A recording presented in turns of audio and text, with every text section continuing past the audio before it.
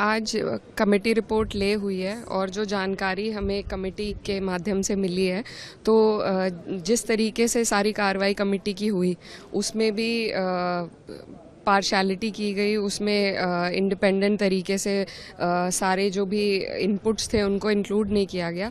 तो ये जो बिल है इसका हम विरोध करते हैं। It is unconstitutional and it is against the rights of minorities in this country.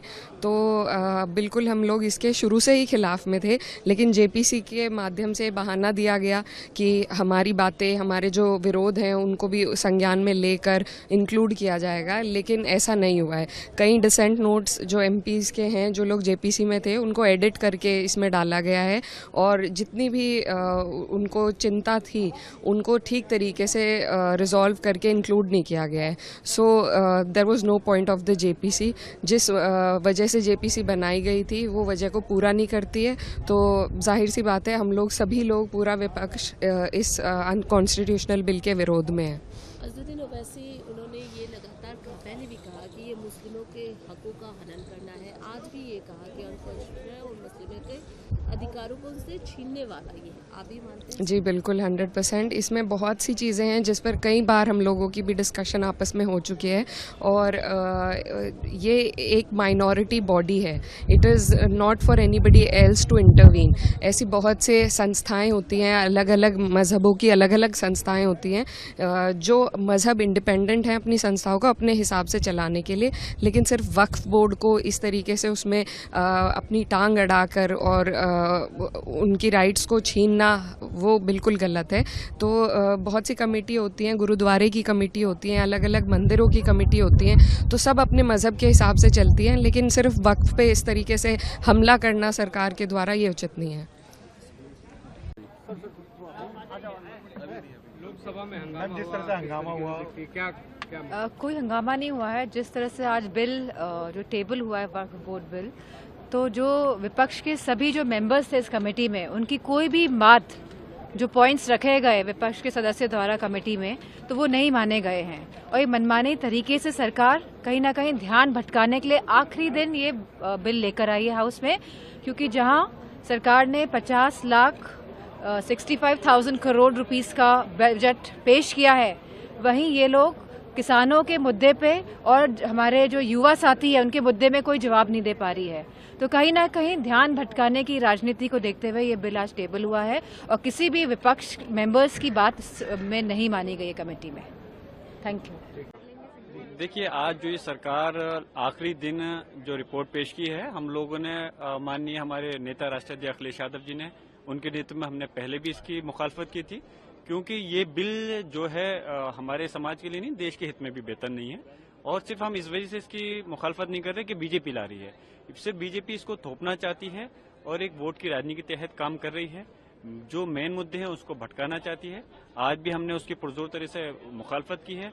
ये आज चर्चा तो नहीं करा रहे, लेकिन जब चर्चा कराएंगे तो फिर से इसका विरोध किया जाएगा। और अगर ये इस बिल को फिर भी पास करा लेते हैं तो हम लोग यकीनन सर्वोच्च न्यायालय का दरवाजा खटखटाएंगे, जिससे कि हम लोगों को इंसाफ मिल सके। आप लोगों की तरफ से वॉकआउट भी हुआ है, तो क्या कहेंगे आप?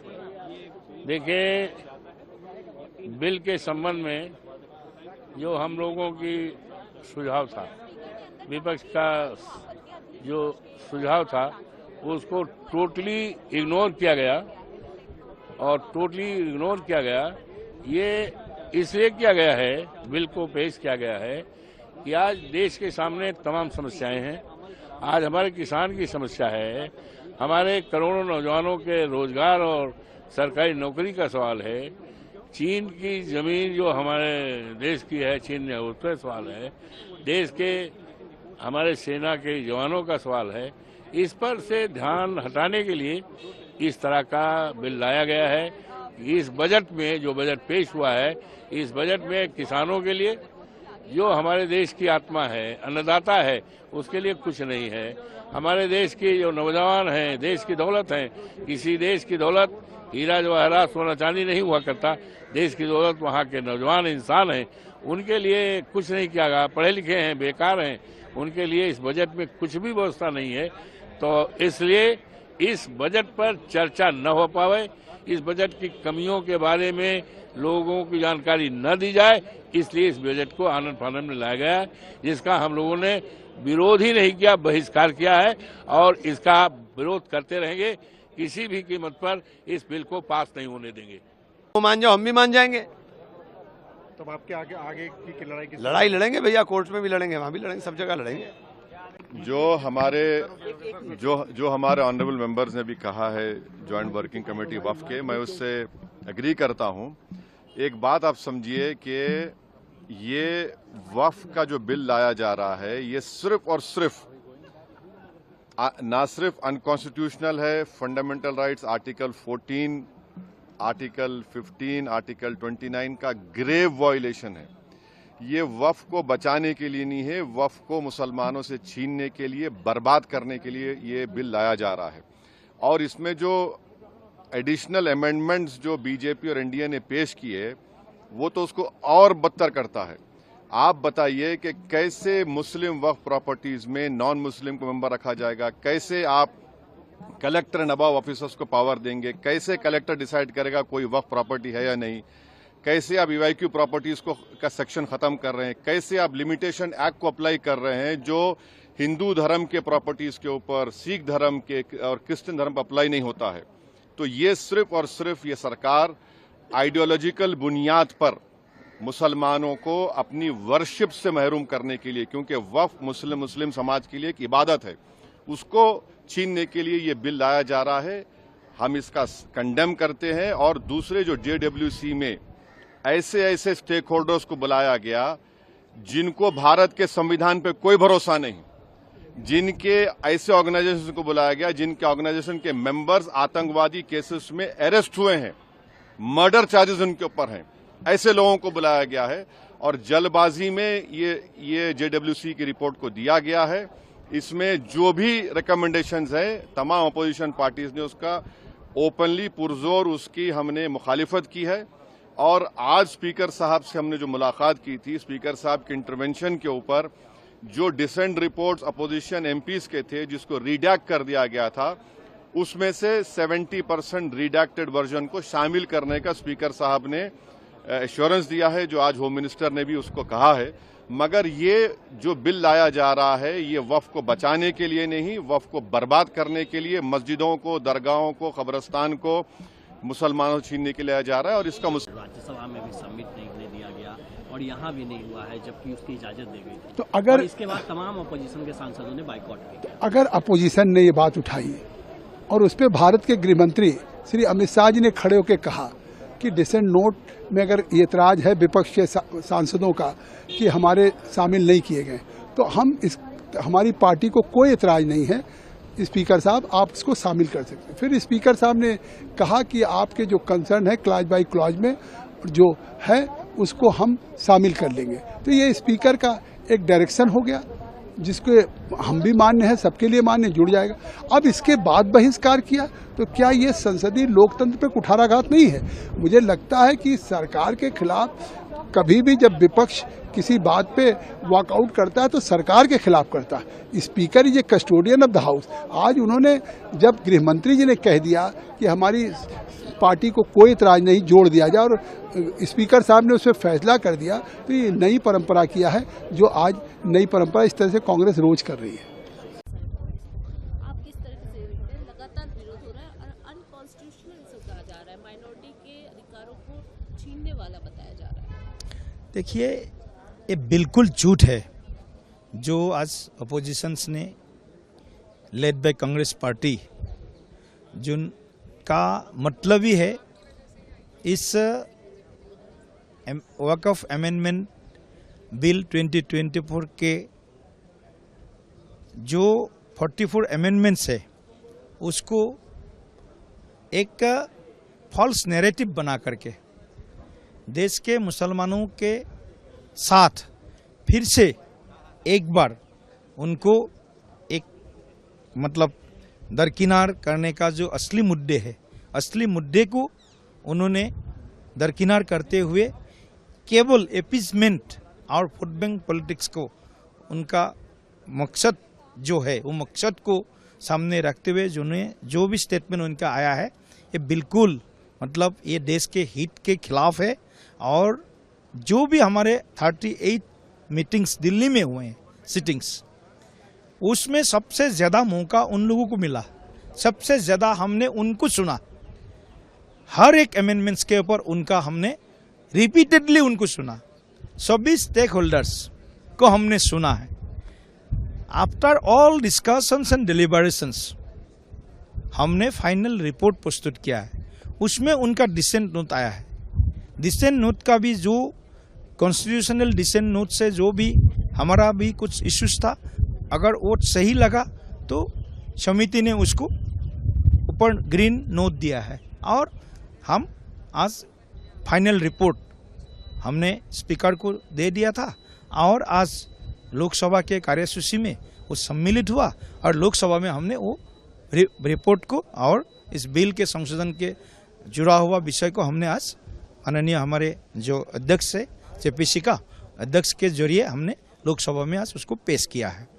तो ये जो नैरेटिव है ये एक फॉल्स नैरेटिव है, जनता को दूसरी तरफ मतलब उसका जो ये है मत है वो दिखाने का एक बहुत बड़ा उनका एक एजेंडा है, एक प्रोपेगेंडा है। ये एक फॉल्स प्रोपेगेंडा, फॉल्स नैरेटिव है उनका देश के हित के साथ कोई लेना देना नहीं है। देश के जो गरीब मुसलमान हैं, गरीब महिलाएं हैं, जो विडोज है, जो युवा है, उनके प्रति उनके कोई संवेदना नहीं है। केवल चुनाव आते समय उनको मुसलमान को याद आता है। लेकिन नरेंद्र मोदी जी सबका साथ सबका विकास जो मंत्र है, वो मंत्र के साथ देश के हिंदू हो, मुसलमान हो, सिख हो, ईसाई हो, सभी जो धर्म के लोग हैं, जो भी उपासना पद्धति के लोग हैं, उनको साथ में लेकर के एक विकसित भारत बनाना चाहते हैं और ये इनको हजम नहीं होता है। भारत कैसे विकसित बनेगा? भारत कौन विकसित बनाएगा? हम कहता है भारत विकसित बनेगा, भारत के 140 करोड़ जनता के मदद से भारत विकसित राष्ट्र बनेगा बाय 2047। एक सवाल कांग्रेस लीडर गौरव गोगोई से जुड़ा हुआ है, जहां की उनकी पत्नी को क्या कहना है आपका, क्योंकि विपक्ष ने बहुत विरोध किया है इस बिल का? देखिए जो भी है, लेकिन मैं वो नहीं जानता विपक्ष क्या बोल रहा है। विपक्ष को अपनी राजनीति करनी है। मुस्लिम समुदाय के लिए एक बहुत अच्छा संदेश है कि अब उनकी जिंदगी आसान हो जाएगी। जो उनके साथ जो अत्याचार होता था कि कभी भी उन्होंने की ज़मीनों पर नोटिस आ जाती थी, अब वो सारे मुसलमान समुदाय के लिए ये आज का दिन ही बहुत खुशखबरी है कि अब उनका हक कोई उनसे छीनेगा नहीं। अब कोई गुंडागर्दी उनके साथ नहीं होगी। ये जो वक्फ के नाम पर जो गुंडाई होती थी वो बंद होगी। तो मुस्लिम समुदाय के लिए बहुत ही अच्छा दिन है। मैं सभी वो समुदाय को, वो सभी गरीब को, मजलूमों को जिनकी कोई नहीं सुनता था, वक्फ के नाम पर जिनकी ज़मीनें ले ली जाती थी, छीन ली जाती थी, सबको बहुत बहुत साधुवाद है और शुभकामनाएं हैं कि अब उनकी ज़िंदगी बहुत आसान होगी। हक से और हकीकत के साथ अब उनकी चीज़ें उनके पास रहेगी, उनका पेपर उनके पास रहेगा। सबसे बढ़िया बात तो ये हो गई इस बिल के नाते। लेकिन विपक्ष तो ये आरोप लगा रहा है ना कि जमीन हड़पने की कोशिश की जा रही है सरकार की तरफ। नहीं, ये तो उनकी राजनीति है। वो लोग देखिए चुनाव हारते जा रहे हैं और ये दर्द की आवाज़ है। विपक्षियों की बात मत सुना करो। ये हारते, जब ये हर हार का दर्द है तो उसमें एक बहाना है। Night to read a 655 pages report, 8 hours to present our objections. We had hardly any time. You check the minutes, there was no clause by clause discussion. No clause by clause discussion. We have been all part of many JPCs. They're always, at the final time, the clause by clause discussion is most important, and it was completely bypassed. Why? Under whose pressure was the chairman acting, under whose influence? So we have protested this inside, and today on the well of the house we have protested and staged a walkout. Sir आप लोग का जो I mean it was to be. I mean right from day one we were very clear that as soon as the JPC is ready with their report on the Waqf board, so it will be submitted in the parliament. And today it is just been late. I think in the coming session we'll be having a discussion in the parliament as well. Me and my party, Lok Jan Shakti Party, Ram Vilas, always had this concern that every stakeholder connected with the Waqf board should get a chance to represent themselves. And we made sure that the committee that was formed, JPC that was formed, every stakeholder should get an opportunity to put forward their concerns, their issues, their suggestions, their support, and that was done over the period of time. The committee travelled also across various states in the country, including my state, Bihar also. They came there, and there were different stakeholders who were represented in front of the committee. And I think after listening to everybody, committee has finally drafted its report, and that's been tabled in the House today. And I think in the coming days, after the recess, we'll have a discussion in the House as well, and then the final decision will be taken. Delhi election results will be impact in other state elections, sir? Of course, yes. I mean, and the next state is my state, it's Bihar only. And we are going with an extremely, on a high note, you know. Morally, we are very, very charged up with the kind of results that the NDA has seen in Delhi. After a long time, after a good long 27 years, you know, NDA has managed to form a government back in Delhi. And I think with this high note, we are entering Bihar elections, and we'll see a repetition of the result that we saw in Delhi, the kind of result that we saw in Maharashtra, the kind of result that we saw in Haryana. That will be repeated in Bihar. Bihar, I think we are in a very, very strong alliance. The combination is a very winning combination right now of the 5 parties that we have, majorly Janata Dal United and Bharatiya Janata Party, and our party, Majhi ji's and Upendra Kushwaha ji's party. So it's a very, very strong winning combination. I believe, and my belief comes from the fact that I've been traveling across my state as well, and all the NDA leaders been doing that. So I believe that with 225 plus seats, we'll be forming the government in Bihar this time. Thank you. Kudos to the Home Minister. He gets up and says to the Speaker that on Waqf there is a dissent which they want to be included, and he said the Speaker is free to add that dissent in the report tabled in Parliament, and the Speaker also said that he has allowed that to be added. What more in democracy does an opposition want? And I must say, appreciate the gesture of the Home Minister in permitting and taking the House along. Still the opposition wants to do a walkout. Sad, a very sad story on the opposition. जैसे कि मैं सो रहा हूँ तो पिताजी को जगाना है मुझे, तो वो डायरेक्ट उठाने के बजाय, और हिंसा की परंपरा मेरे यहाँ नहीं थी सौभाग्य से, तो वो क्या करते थे कि उस कमरे में आ जाएंगे या बाहर से गुजरेंगे और चौपाई बोलेंगे, प्रात काल उठ गए रघुनाथा, मात पिता गुरु नावई माता। कभी कभी मैं गुस्से में उठ करके अरे पापा चरण स्पर्श किया और सो गया। मैंने कहा अब मत उठाना।